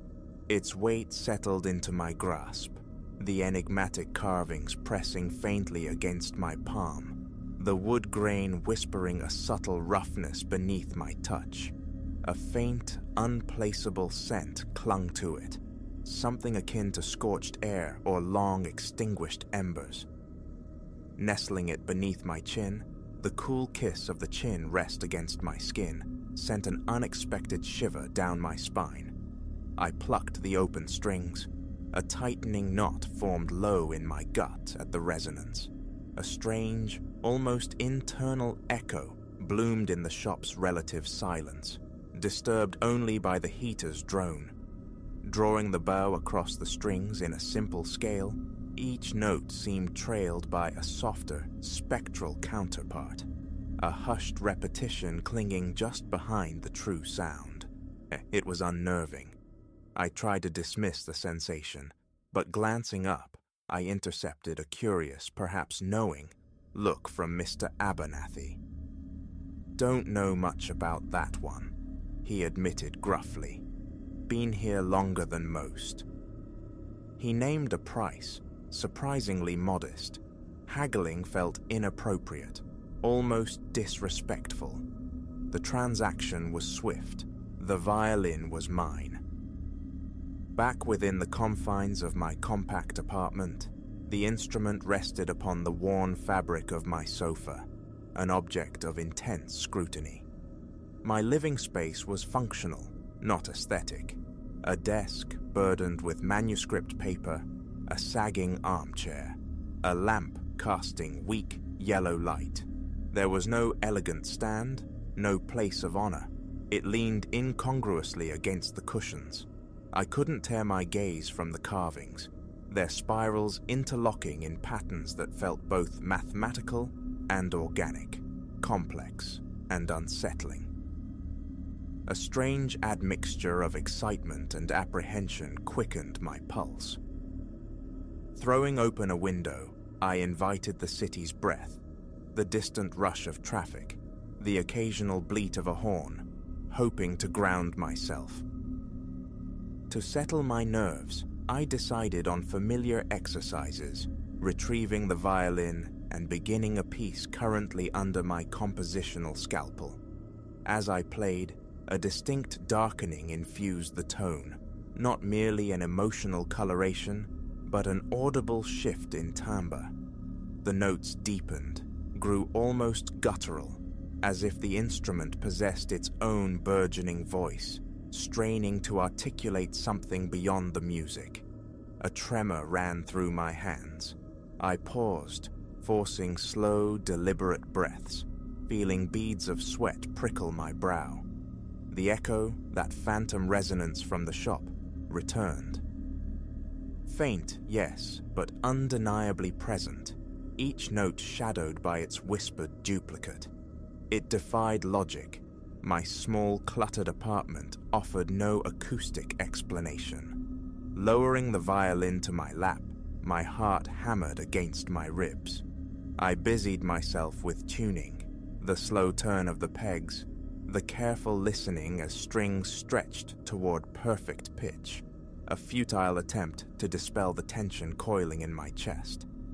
Forcing myself back to the task, I practiced for hours, until dusk bled through the window, painting the room in shades of gray. My eyes ached with fatigue. Carefully, deliberately, I placed the violin in its case, snapping the latches shut. Sleep offered no refuge. I surfaced abruptly near 3 a.m, perched on the edge of my mattress, the violin inexplicably cradled in my hands. Moonlight filtered through the gap in my curtains, cast long shadows. My mind felt swaddled in fog. I had no recollection of leaving the bed, of retrieving the instrument. A slow, dragging melody emanated from beneath my fingers, low notes drawn out, mournful. My throat constricted, my hands trembled anew. With a conscious exertion of will, I returned the violin to its case, ensuring the lid was closed, and slid it beneath the bed frame. Burrowing back under the covers did little to soothe my jangled nerves. The final, lingering note seemed to resonate still, impossibly close, a phantom sound in the silent room. Morning found me groggy, a knot of stiffness lodged in my neck. The violin case lay partially open beneath the bed. A cold certainty washed over me. I had secured it completely. Unease churned in my stomach. I rose, rubbed the sleep from my eyes, dressed mechanically. Breakfast was a failure. A few bites of toast were all I could manage. My phone pulsed with ignored notifications. The outside world felt distant, irrelevant. My focus remained tethered to the instrument. Perhaps understanding it was the key. Placing the case on my desk, I opened it. The violin appeared innocuous, save for those insistent carvings. I decided on a thorough cleaning, gently buffing the wood with a soft cloth, inspecting the bridge, the strings. Superficially, all seemed sound. Tucked within a small compartment in the case lining, I discovered a slip of brittle paper bearing symbols identical to those etched into the wood. No words, just the same cryptic swirls. Baffled, I set it aside. Practice resumed. The initial scales sounded ordinary, clear, but as I transitioned to more intricate passages, the phantom echo reasserted itself, insidious. My mouth went dry. I fought to ignore it, yet the sensation intensified, swelling in my perception until it felt like a second violin materialized just behind my shoulder. Setting the instrument down sharply, I pressed my fingers to my temples, my palms slick with sweat. Was I hallucinating? I decided to record myself, capturing the performance on my phone. Listening back, however, revealed only my solitary playing, clean, unadorned, devoid of any echo. Yet, in the moment of creation, the spectral doubling persisted. I found myself casting furtive glances over my shoulder, half expecting an unseen accompanist. I was utterly alone. By the session's end, the violin's voice had undergone another transformation, deepening further, as if the wood itself were undergoing some molecular shift. The usually bright, piercing E string sounded muted, almost veiled. Wiping perspiration from my forehead, I paced the apartment, seeking clarity, gulping water from the fridge. A break was imperative. I returned the violin to its case, clicked the latches firmly, and buried it deep within my bedroom closet, behind a barricade of old coats. That afternoon, I attempted composition, scratching notes onto staff paper at my desk. Melodies formed, then dissolved, unsatisfying. My thoughts strayed relentlessly to the closet, my eyes flicking towards the bedroom door. A creeping dread settled low in my belly. I turned on music, needing the distraction of external sound. The hours crawled, no more practice. Television offered fleeting images, failing to hold my attention. Intermittently, a faint, high tone seemed to emanate from the closet's depths. I silenced the TV, straining my ears in the quiet. Nothing. A dull ache began to throb behind my eyes. Later, drifting into an uneasy doze in the armchair, a sharp, resonant sound jolted me awake. The violin was in my lap. I startled violently, nearly dropping it. A cold clamp seized my chest. My hands felt icy, blinking against the glare of the still-lit living room lamp. I must have fallen asleep with it on. Disorientation washed over me. How? When? My pulse hammered a frantic rhythm in my ears. My skin prickled. The room was silent, yet the violin felt unnervingly warm, as if recently played for hours. My fingertips stung. Forcing myself upright, I placed it carefully on the low coffee table. I paced, the creak of a loose floorboard unnaturally loud in the tense silence. Were my senses betraying me? Was sanity slipping? In a desperate bid to banish the shadows, I illuminated every corner of the apartment. Bathroom, kitchen, every lamp blazing defiance against the encroaching night. The darkness felt palpable, menacing.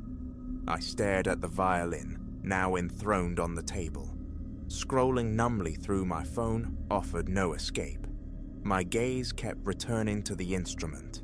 It felt sentient, watchful, an irrational conviction that nevertheless chilled me. Nothing moved, yet every nerve remained taut, expectant. Resigned, I sat again, lifting the violin, determined to confront whatever force resided within it. An A minor scale. The tone was darker than ever before, heavy, bereft of brilliance. Each note vibrated through my fingers, raising the fine hairs on my arms. The echo returned, stronger now, a palpable hum hovering in the air around me. My breath hitched. A tingling sensation crawled up the back of my neck. My hands shook, the bow skittering across the strings with a raw, scratching sound. I stopped abruptly. The echo lingered for a beat, then slowly dissipated. Pressing a hand to my chest, I felt the frantic race of my heart. Had anyone else known such an experience? I muttered the question aloud to the empty room, glancing towards the darkened window panes, searching for the reassuring glow of a neighbor's light. Only blackness stared back. Sleep remained elusive that night. I paced the living room, my path circling the coffee table where the violin lay. I hadn't the will to put it away. Some part of me felt it belonged there, in the open. My eyes burned with exhaustion. Around 2, faint whispers began to tease the edge of my hearing. Indistinct murmurs, like a low conversation filtering from an adjacent room. A neighbor, perhaps? Pressing my ear against the shared wall yielded only silence. The sound, I realized with a jolt, seemed to originate from the violin itself. Slowly, I turned. It rested inertly on the table. Gooseflesh prickled my arms again. My pulse surged, swallowing hard against a dry throat. I approached, lifted it. The wood radiated a peculiar warmth. "Is someone there?" The question sounded absurd, addressed to inanimate timber. Only the hum of the refrigerator and my own ragged breathing answered. I tried playing a familiar, simple piece. The notes felt alien under my fingers. My left hand throbbed, fingertips raw. My bowing arm ached with fatigue. Sweat traced a path down my temple. The echo intensified, no longer a mere shadow, but a distinct presence. A second violin playing in uncanny synchrony beside me. Stopping mid-phrase, I clutched the instrument tightly against my chest, my heart pounding like a drum against the resonant wood. The echo pulsed, filling the small room with sound even as external silence reigned. Gritting my teeth, I forced myself to place the violin back on the table. I watched it, waiting, until the phantom resonance finally subsided after several long seconds. Days bled into one another. Each practice session plunged the violin's timbre deeper into shadow, its voice becoming muffled, yet imbued with a strange, vital undercurrent. The whispers persisted, insidious companions in the late hours, sometimes seeming to issue from the case, other times materializing just behind my ear. My body existed in a perpetual state of high alert. Hands trembled, my stomach clenched. Coffee became a necessary crutch against the encroaching exhaustion. Sleep was a territory I feared to enter, haunted by the possibility of waking again with the instrument in my grasp. Locking it away proved futile. The sounds seeped through wood and fabric. I felt ensnared. One evening, attempting composition, I sat hunched over manuscript paper, scribbling notes, trying to capture a slow, melancholic melody taking shape in my mind. My pen tapped rhythmically. I began humming the nascent theme aloud, and then I heard it, the violin, from within its closed case across the room, echoing my humming. A cold fist clenched my throat. I froze.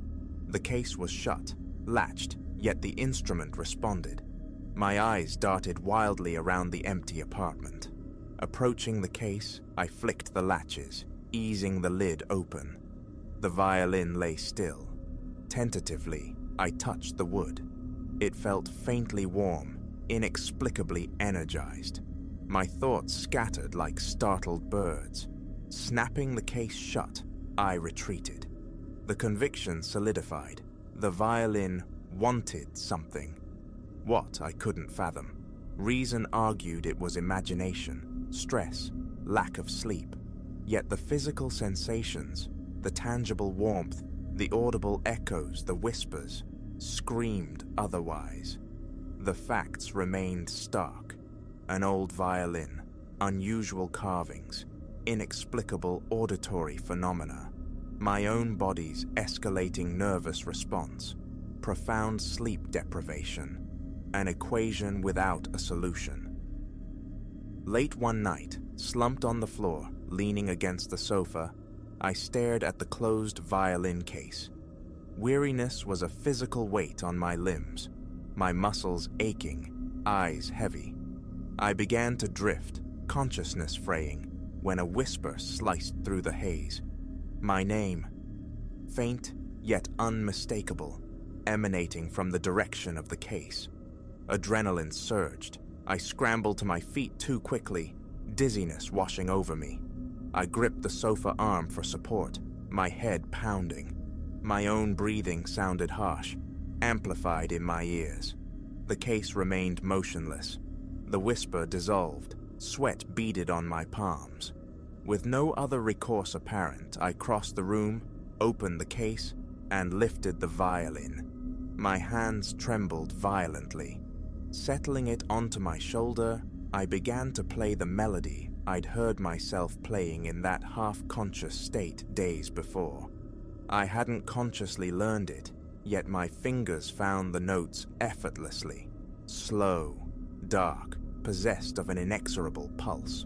The violin's echo surged, louder, more insistent than ever. My arms grew rigid, my back tightening into knots of tension. I played until my fingers refused to obey, until movement became agony. When silence finally fell, the apartment felt distinctly colder. My teeth chattered uncontrollably. Setting the violin down with infinite care, I collapsed back onto the sofa, staring blankly at the ceiling. Exhaustion warred with hyper-awareness. I listened intently for residual echoes. They faded after a few moments, leaving only the ringing in my ears. Closing my eyes brought no peace. The following day, I deliberately avoided the instrument, leaving it exposed on the sofa. Faint murmurs still brushed against my hearing as I moved around the room. The thought of disposal surfaced, returning it, selling it. But the idea of burdening another with this phenomenon felt wrong, and deeper still, a perverse sense of connection had taken root. In these tumultuous days, I had composed more than in preceding months. The music was different, somber, unsettling, yet undeniably authentic, resonating from a place deep within my bones. I remain here, in my apartment, the violin now resting on a chair opposite me.